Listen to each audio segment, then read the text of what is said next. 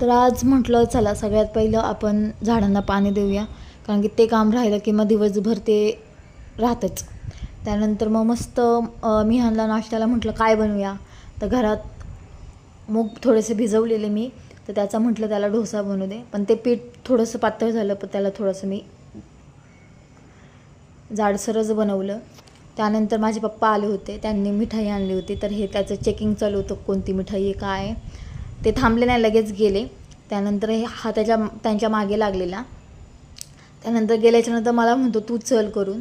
त्याला थोडंसं झोपवलं. त्यानंतर म्हटलं चला कपडे आवरून घेऊया. खूपच कपाट अस्तव्यस्त झालेलं, तर म्हटलं चला ते आवरून घेऊया.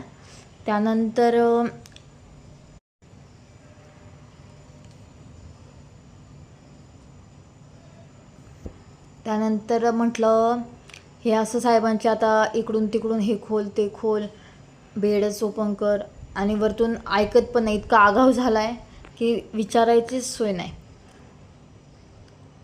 त्याला वरती बोललं की त्याला अजून हसू येतं. चला भेटू उद्याच्या ब्लॉगमध्ये. बाय.